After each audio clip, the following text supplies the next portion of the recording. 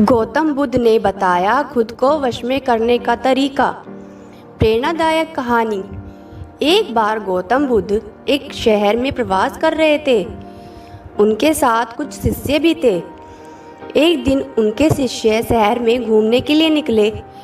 वे शहर में घूम ही रहे थे कि तभी शहर के कुछ लोगों ने उन्हें अपशब्द कहे। उनके बुरे शब्दों को सुनकर शिष्यों को बहुत बुरा लगा और वे वापस लौट गए।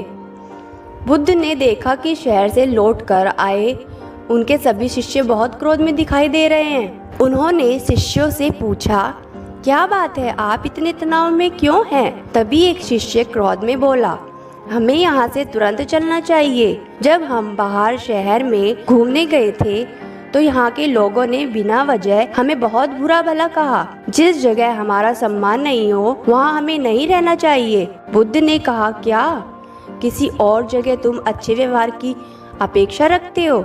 दूसरे शिष्य ने कहा, इस शहर से तो अच्छे लोग ही होंगे। तब गौतम बुद्ध बोले, किसी जगह को सिर्फ इसलिए छोड़ देना ठीक नहीं कि वहाँ के लोग बुरा व्यवहार करते हैं। हमें तो कुछ ऐसा करना चाहिए कि जिस स्थान पर भी जाए उस स्थान को तब तक नहीं छोड़े जब तक अपनी अच्छाइयों से वहाँ के लोगों को सुधार न दे। हम जिस भी स्थान पर जाए वहाँ के लोगों का कुछ न कुछ भला करके ही वापस लौटे। बुद्ध ने कहा, जिस प्रकार युद्ध में बढ़ता हुआ हाथी चारों तरफ के तीर सहते हुए भी आगे बढ़ता जाता है, ठीक उसी तरह उत्तम व्यक्ति भी दूसरों के अपशब्दों को सहते हुए अच्छे कार्य करता रहता है। ठीक इसी प्रकार परिस्थिति के अनुकूल खुद को वश में करने वाले प्राणी से उत्तम कोई और नहीं हो सकता। बुद्ध की बात शिष्यों को अच्छी तरह समझ में आ गई और उन्होंने वहाँ से जाने का इरादा त्याग दिया। इस कहानी से हमें यह प्रेरणा मिलती है कि हमें जीवन में कभी भी विपरीत परिस्थिति को देखकर